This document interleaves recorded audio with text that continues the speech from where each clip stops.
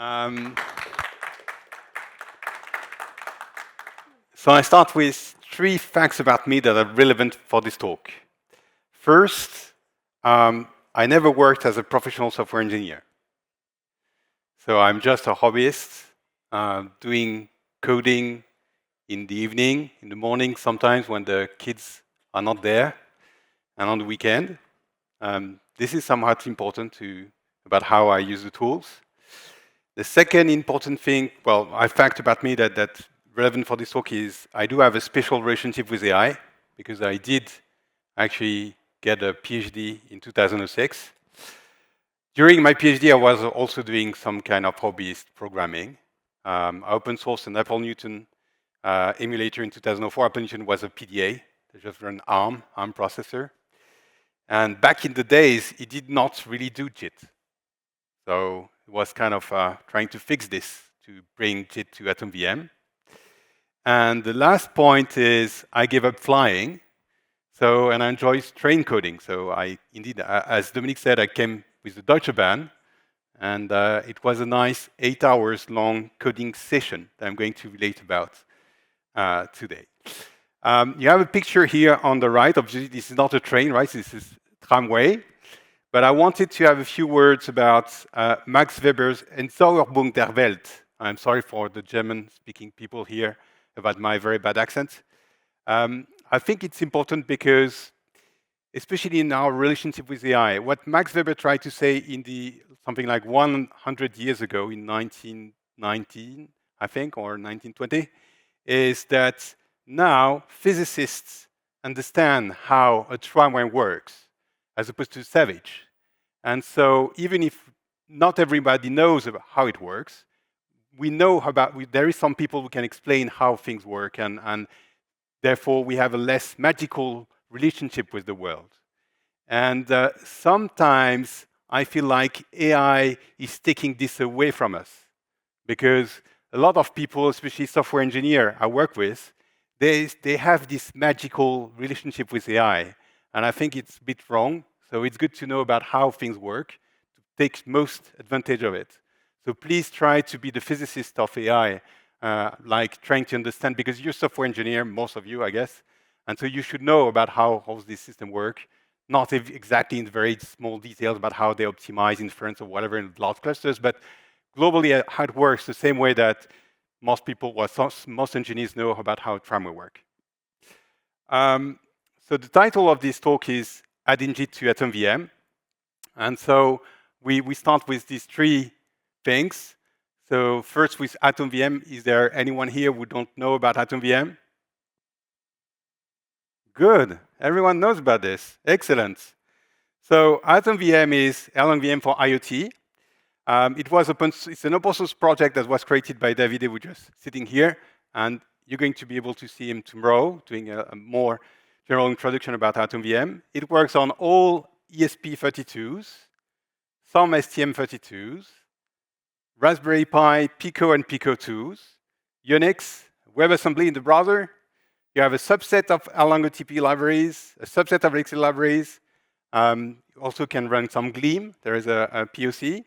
And there is this first I would say, commercial project based on AtomVM. So this is La Machine running AtomVM, and just a useless box. I press the button, and it does a sound and close it. You can watch the video of last year's talk. And obviously, at the current exponential pace, I think that AtomVM is going to take over CodeBEAM Europe, because last year there was 1 talk about AtomVM, this year is 2. So in 2030, there should be like all 50 talks should be about AtomVM, so get ready. Second concept is JIT. I guess everyone knows about JIT. So there was a talk about JIT in actually CodeBEAM V in 2020. So JIT was introduced with OTP 24 for x86. Then it was extended to Arch 64 with OTP 25. It replaces HiPE, HiPE was the, I would say, when I started Erlang, it was, well, in 2007, it was like the way to run faster code when you really needed it. So you just spent a long time compiling on the desktop, and eventually it was faster. And I should say that there is some work in progress by GRISP to port JIT in BEAM to the ARM32 platform, which is interesting because it's a bit somehow embedded, even if ARM32 doesn't run on all the devices I mentioned earlier, maybe a bit STM32, but not the Raspberry Pi. You can figure out whether you're running JIT or not JIT by running this Erlang system info emu flavor command. And now, well, I tried to wake you up with another question. Anyone using a Mac here? I know, Eric, you are, okay. So what do you use to get the BEAM on your computer? Do you use Homebrew, ESDF? So who's using Homebrew? One, ESDF maybe? Yeah, most of you, right? Mice? Mac ports? Next. So the thing is, I want to stress that JIT is not always faster, and one way to compare is when you get some flavor of JIT on the Mac, you would get the emu flavor. Typically, if you use Homebrew or Mice or ESDF by default, you won't get JIT enabled because JIT disabled by default. Please test next time when you have your Mac, just do emu flavor. And if you use Mac ports, you do have JIT. I know because I'm responsible for the patch to get it working. So, on some so it's very good because then well, for me, so then I can compare the speed of some benchmark between JIT and not JIT very easily. I just compare two flavors to build of Erlang virtual machine. And so we have this benchmark that is AtomVM benchmark, very micro benchmark. Some stuff are so fast on the BEAM on the desktop that not really meaningful. So I guess we're going to talk a bit about the PyTest later on today. But what I want to stress is probably the first line. The first line, ping pong speed test, is just a benchmark where you have two processes sending messages one to each other very fast. And in this case, there is no benefit of using JIT at all, which makes sense because most of the time is spent like sending messages rather than executing code. And as opposed to, I would say, like the Sudoku solution test or Sudoku puzzle test is about creating a complex puzzle for a Sudoku that just, so it's really like a prologue-like backtracking. And this one's computing intensive. And in this case, you have quite a speed up with the JIT. Okay, and the last concept is adding. So I'm just starting providing you with the timeline because when I started working on JIT was in May, and today we're early November. I submitted the talk end of June.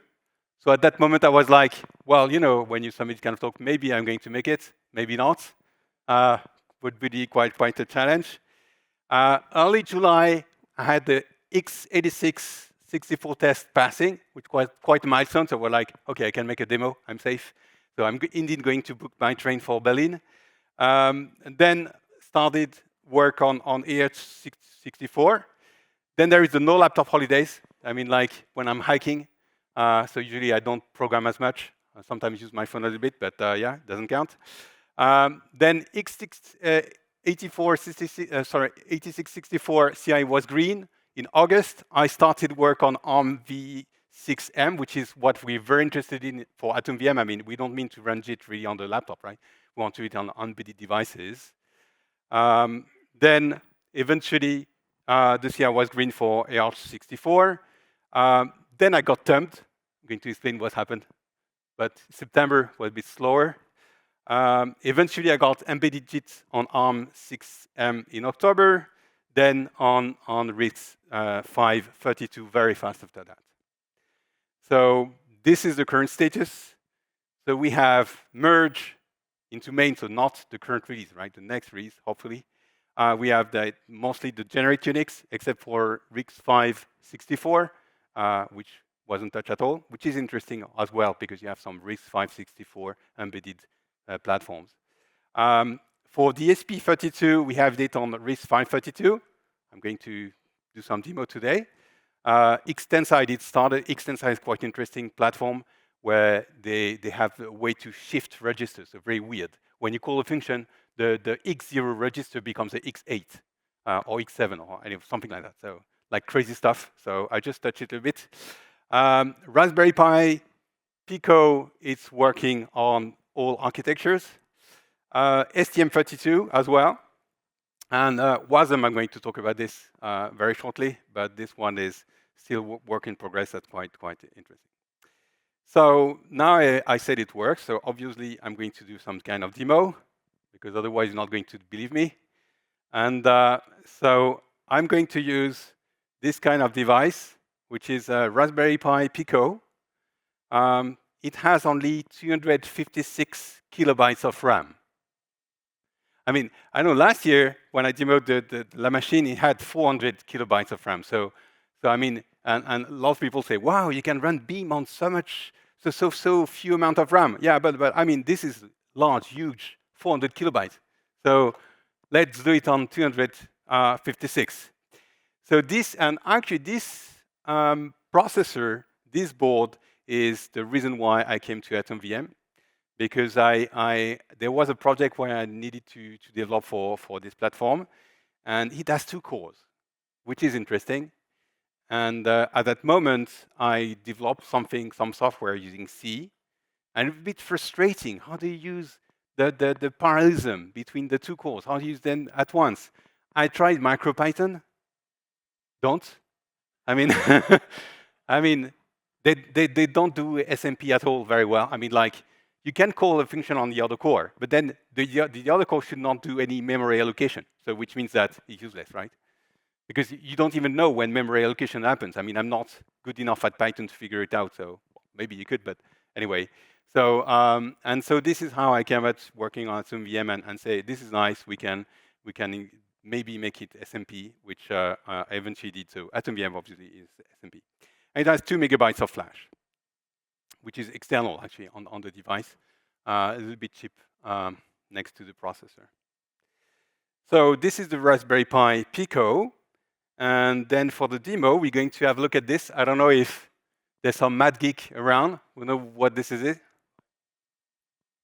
Thank you. So this is Pi for Raspberry Pi. Makes sense? So we're going to compute Pi on this, which I really have here. So let me show you.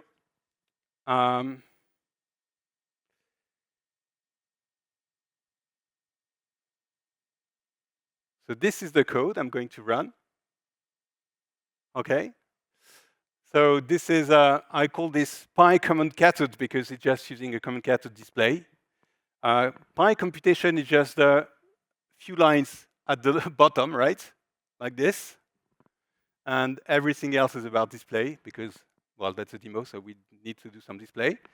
So the way it works is it computes Pi using the formula I just presented, and then going to present it on the display. And you're going to see how far it goes and showing digits that's going to stabilize as the computation is progressing.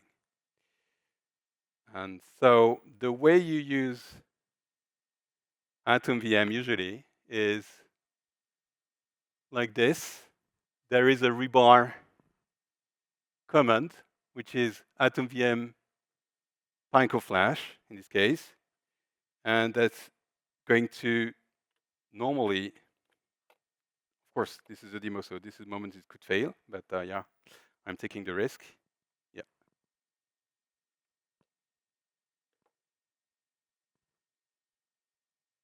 There we go.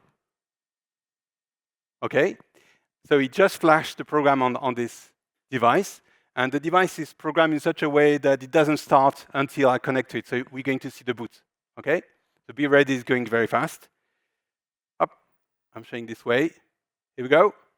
So it's compiling directly on the device. It takes a few seconds, maybe 5. Here we go. I should be computing. Oh, sorry, I'm holding. Yeah. Maybe there's a cable that's wrong. Yeah. For the 3. Can you see 3.14, 1, and then still going on. I'm letting it run because even if it's native, I think it takes like probably more than the talk's length to go to the last digit. But we're going to show. Okay, so this was the first demo. So after this first demo, let's get back to this, and I'm going to tell you about how it was made possible. So the trick is JIT is done directly in Erlang, as opposed to what's going on today with OTP that has the JIT done with BeamASM, and that's using some C++ third-party software that does the assembly. And it just mirrors what happened back in the days with HiPE, which also was partly Erlang-based. We have several modules. One main module is called JIT, for simplicity. And then we have one backend module per each architecture, and one assembler module per architecture. And some stream interface just to combine the code into binary, into memory map for the laptop, desktop, or for flash, in this case, for the Pico or other devices. And so what I did initially, until I got the test passing, and was to translate on the left what exists with AtomVM big switch case that just handles all the opcodes, and translate them directly into emission of code with the JIT module. So first line is we get some matching on the opcode. Of course, I did some session just to debug this, like all registers are free. Then, for example, there was some macros on the left that just can decode the compact term, and I can replace this with some function that just emits whatever necessary. We get the register. So sorry, this opcode is just get tail, right? So we've got a list and got the tail of the list. I thought it was quite a simple example. Then we get the destination. Then eventually we've got some tracing.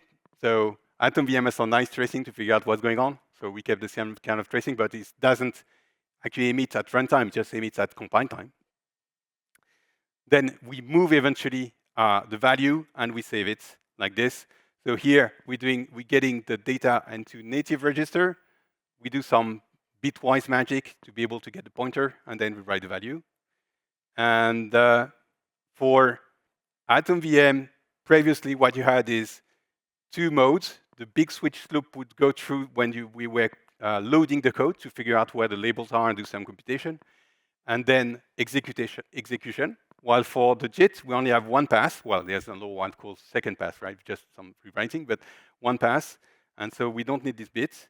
But otherwise, we need to make sure that we are freeing registers. So each opcode, they have all three registers at the end. So they should have all three registers at the beginning, all three registers at the end, and so they can use registers doing this. I don't know if it was clear. Try commenting code live. And so then what's happening to make it live, like when you're running the system? So the trick was to use the code server. So when a process trying to call a module, if the module is not native yet, well, if it's native, that's fine. It's on the left. We just execute native code. If it's not native yet, what's going on is we send a message to the code server, and then the process is trapped, which means that it's on hold, waiting for the code to be compiled. Then the code server compiles, and then we resume execution. So this is pure Erlang.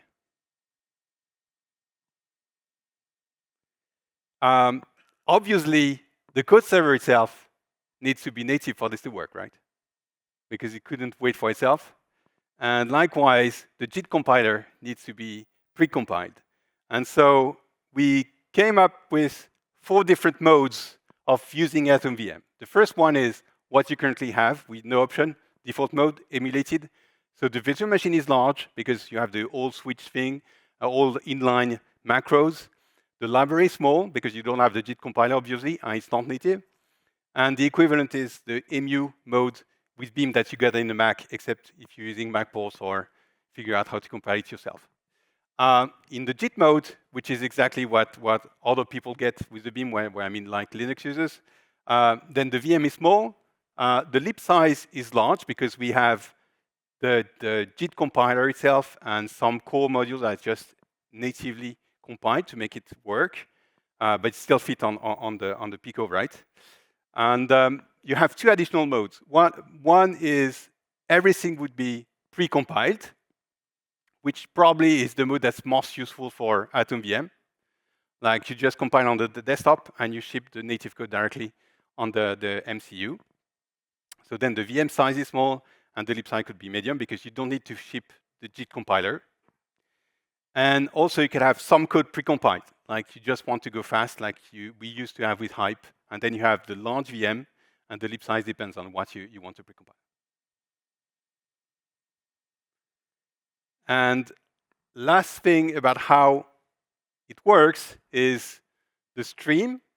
So you have a stream binary, just build a binary, but building a binary is not going to work on the MCU because binary is going to take some space.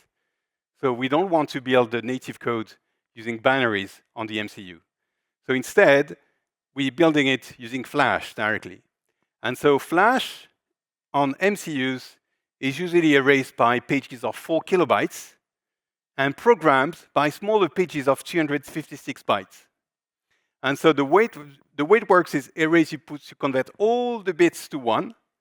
And when you write, you just convert some of the bits to 0. And so the trick here is we just, sometimes when doing the JIT compilation, we need to rewrite a branch because we don't know exactly where we're going to branch. So we're going to rewrite it at the second pass or later. So we just first pad with once what we want to rewrite. And eventually, when we write it, we go back to the page. And so we can use a very small 256 bytes buffer. And I also use the same trick to figure out if code is already compiled. Because when you flash it, when I flashed it on the Pico, it just recompiled. But obviously, because I did repeat the demo, I already compiled the code there. And so when we flash, we have the end of the program that just used with the keywords end in lowercase. And when the code is JIT compiled, the AVM pack, the end, I just change 3 bits to make it end with capital. And then eventually, these 3 bits is a way to know that just after the end is JIT code, native code that's ready to use. So if I restart the Pico here, it's not going to recompile it again. So you only compile it once and then store it on Flash. Now about some JIT optimizations that have been bundled so far. There is no prolog or epilogue for functions. Usually when you have native functions, you do some prolog, like you saving space for the temporary variables. And epilogue, well, obviously you just give them away. So except for ARM v6m, where we have so few registers, I had to use a prolog or epilogue, but otherwise I don't use any. I use another technique just to reduce the size of the call, which is I call tail cache, which means that when you have a tail calling code, like a code that just doesn't return, so it's going to call the function directly, tail calling, the code is factorized. So when I process the module, if there is always the same code, typically, for example, to raise an error or an exception, it could be, you can have this several times, like a function close error, that just happens a lot. Every function has a small function close error in a given module. So we just factorize it and we jump to it. So it just reduces the code a little bit. And there's some types optimization, because something that's really great about BEAM's JIT is they're leveraging types to optimize the code, which we didn't do with AtomVM because, well, AtomVM emulation was so simple. So eventually we can use it for the JIT. So we avoid some comparison, or we avoid casting some values to given type using the types. And I have here a comparison of the size of the native code compared to the original BEAM size. So 100% would be as large as the original BEAM. So you can see that ARM v6m is a bit smaller than the others, which is something known. I mean, I know the RISCV guys, they want to have it as small as the ARM, but right now they didn't make it. But BEAM's x86-64 code is still smaller, which means that's good, because we can make some improvement to AtomVM and make it a bit smaller even. And just a short note, to be able to compute the size of what the BEAM JIT is doing, we generate some .asm file. I wrote a small Gleam script that just fixes it, because with the BEAM, you can have some option that's just going to dump every modules in assembly, but this one doesn't compile, actually. There were some errors. So Gleam to the rescue. Let's go to the second demo.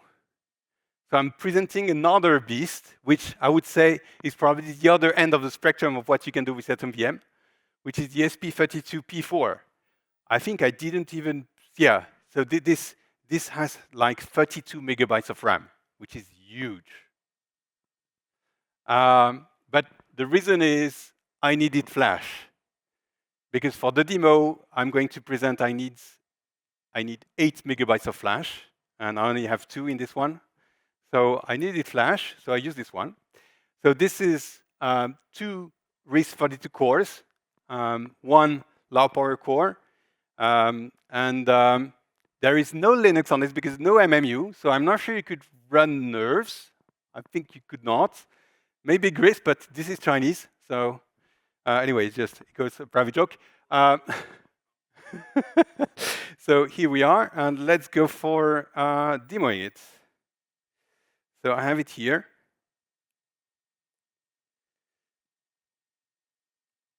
And here we are. Of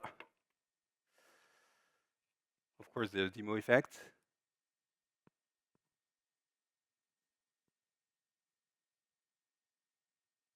So you've got a Wi-Fi sign just to figure out that it was able to catch the Wi-Fi from my phone. It got it, good. So can you see it? Otherwise, I'm going to hold it. So here we go for the demo.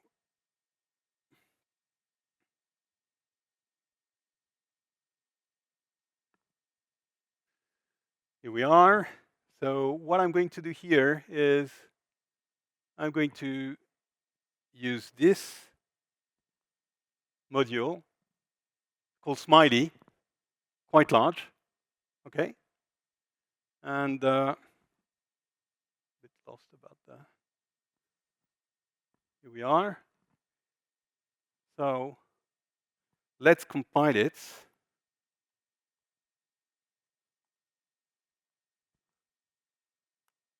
Okay.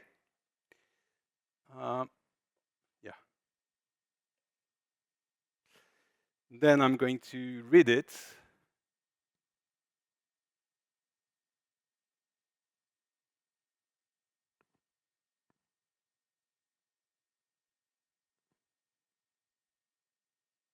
I think I use B in my script. Here we are.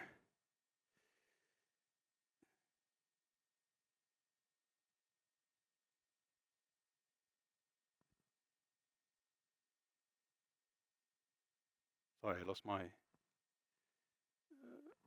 mouse. Here we are. Okay. So I've got like the binary here with bits large. Okay. Copy that. Then I'm going to connect to this beast. Here we are.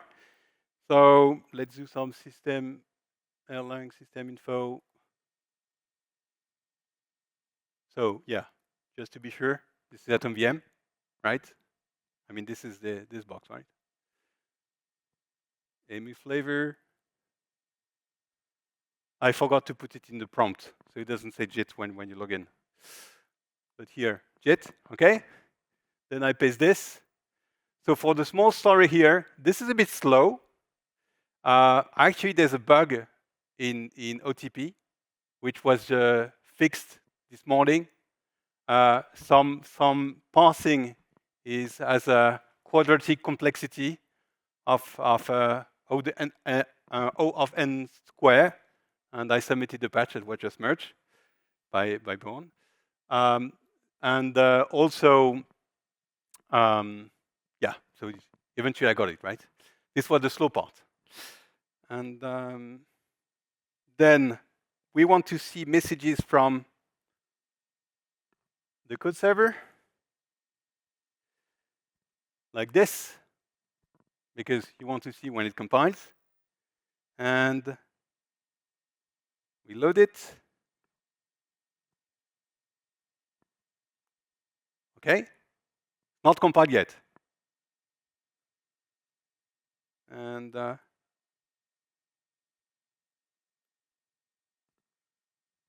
Here we go. I'm going to hold it. Finding. Here we are. I got a smiley.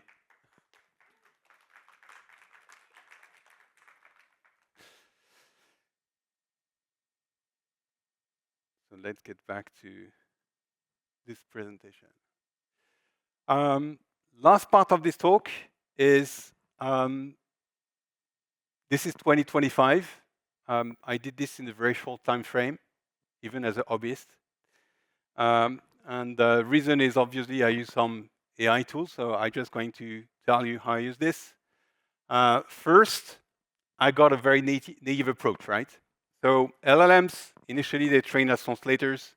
I mean, they train with a lot of text just to determine what's going to go next, what is the next token, but also about translating. And so I wondered, maybe they can do the JIT, right? I just provide them with the column on the left, and they're going to produce me with the Erlang module that's going to do JIT. So I did try. I was very naive. Of course, it didn't work. I should say that part of my job is managing, well, this is full my job actually, managing developers, working as a CPTO. So, and some people in the team, they're very eager to use the vibe coding tools and the AI, and some are less. And so this was an experiment for me to dive into this, to figure out what we could do and what we couldn't do. And of course, I just tried the most naive approach at first to figure out what was possible. But the thing is, even if they cannot complete the task by themselves, and I put a lot of effort to translate all the opcodes manually, it was a bit cumbersome, but now it's done. It was very good to translating from one backend to another, or between languages. I did some very quick demo, taking some Erlang code and say, convert this to Elixir, and they do it very well. I mean, at least the code works. I mean, I'm not very good at Elixir, but at least it works.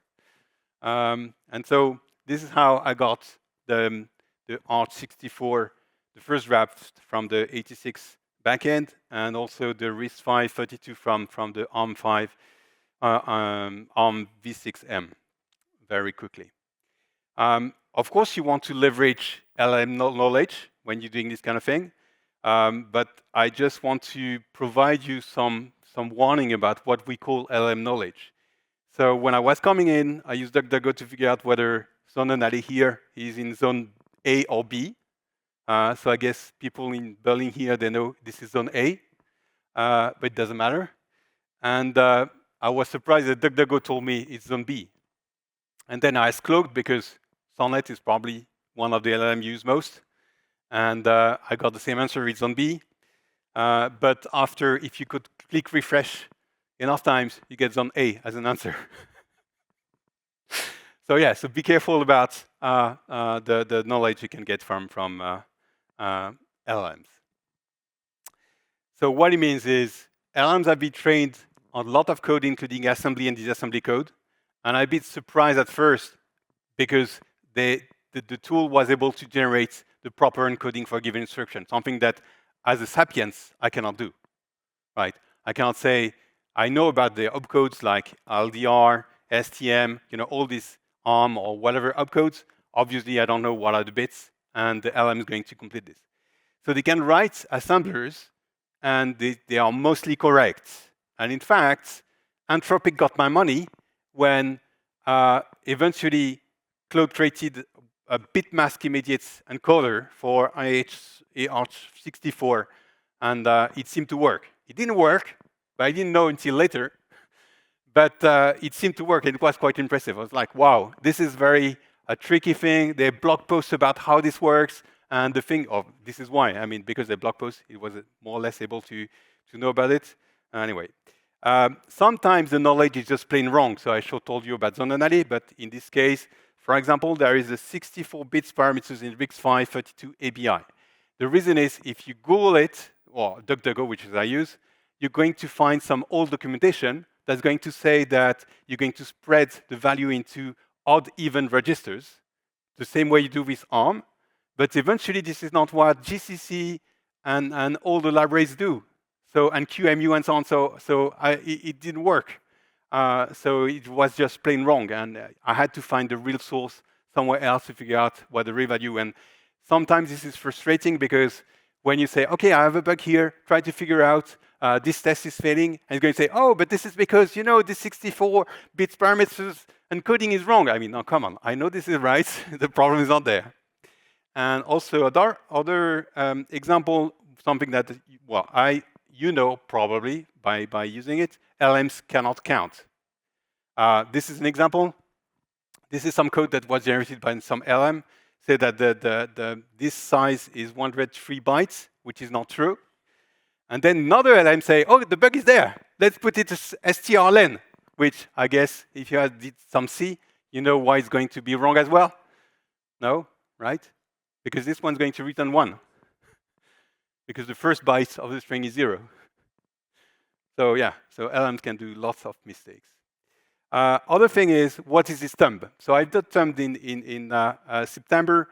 I should say that in 2004, I wrote some ARM emulator, as I mentioned earlier. In 2025, ARM changed a lot. Now we have Arch 64, 31 registers, 32 bits instructions. And I was like, oh, that's nice. Maybe it's going to be the same like ARM32 that I knew back in the days, like 16 registers, 32 bits instruction. But on the Pico, you cannot run ARM32. You need to run the thumb version. So it has 16 bits instructions and 16 registers. The first thumb truth is, how do you fit 16 registers to 60-bit instructions? You don't.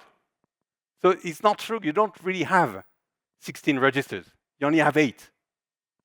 Most instructions only use 8 registers. There's some instructions where you can use the other registers, but most of the time, you can only use the first 8 registers. The second truth is, obviously, the thumb native code is not for humans. It's only for compilers. Last thing is test. This is what AtomVM has obviously a lot of tests. To make it work, I did a lot of tests, obviously. To make sure that the assembler modules worked, I always compare them to BeamASM assembly for test.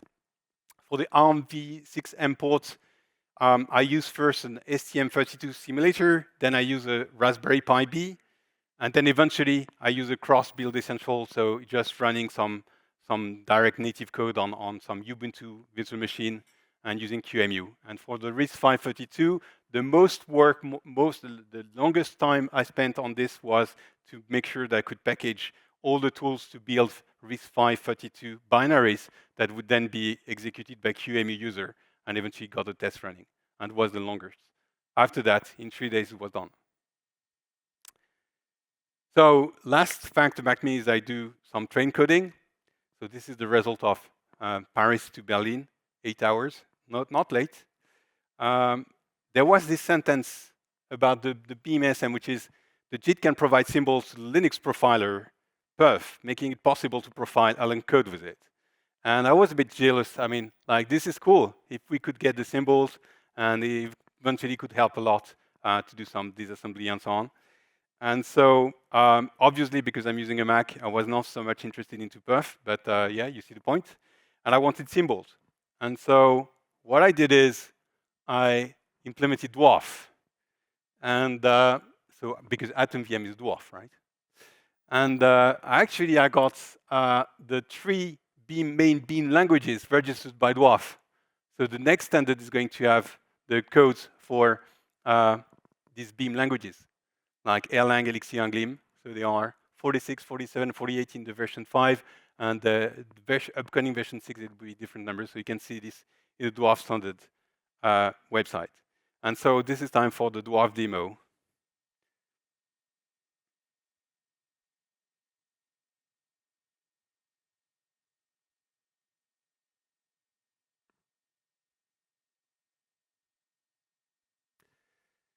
So what we're going to do is we're going to debug some small modules, test modules. So I start with this one. Let me show it. Yeah, we can close this smiley. Maybe I can make it bigger.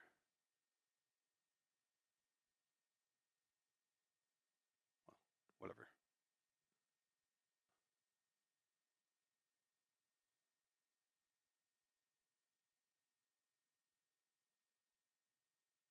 Okay. So this is a very simple test, right? The code by Davide. Doing some add, okay? And so here we go.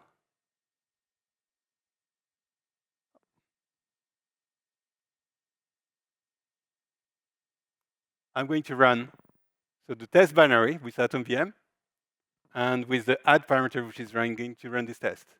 So this is a LDB, so I need to do this to enable the JIT plugin. And then I'm going to break into add start 0, which obviously doesn't know about right yet. And then let's go run. And here we are.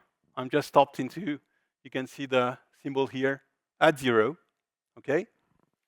And I'm going to stop into, let me show, oh yeah, probably I should show you the code again. I'm going to stop into add/2, right? To figure out what are the parameters when it's going to call it. So you should call it with 8 and 9.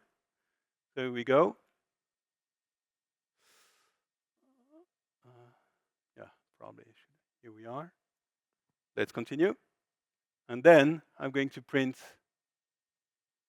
first parameter, 8, and second parameter, 9. And I've got another case. Here we are, which is this one. So this test a bit. Here is it.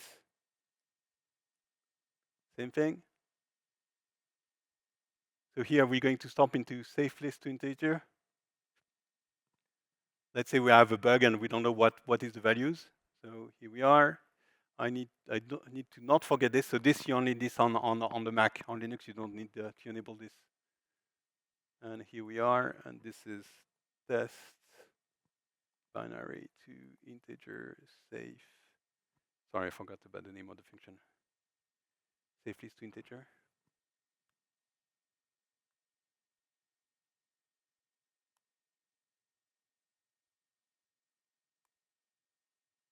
Okay. So first time we're calling with this. Makes sense? Okay. And so on. You are. Eventually it's going to stop.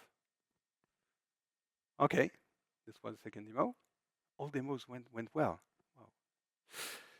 Wow. I just finished with the current JIT roadmap.